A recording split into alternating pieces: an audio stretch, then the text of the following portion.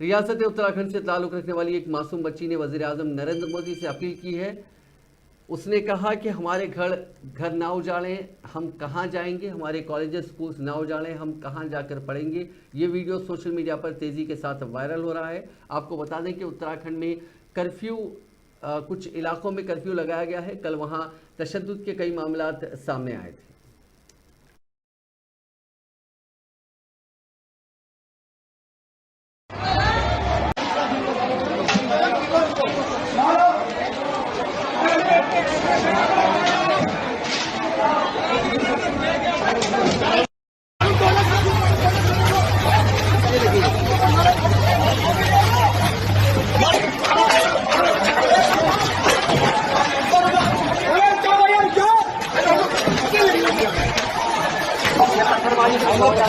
अरे ज्यादा कॉल निकाल लो।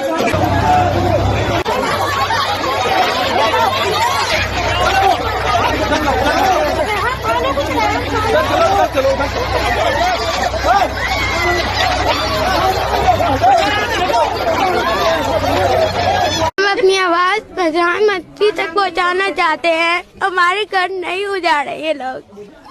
हमारी जैसे सीन है, हमारे कॉलेज और हमारे स्कूल हम कैसे पढ़ेंगे।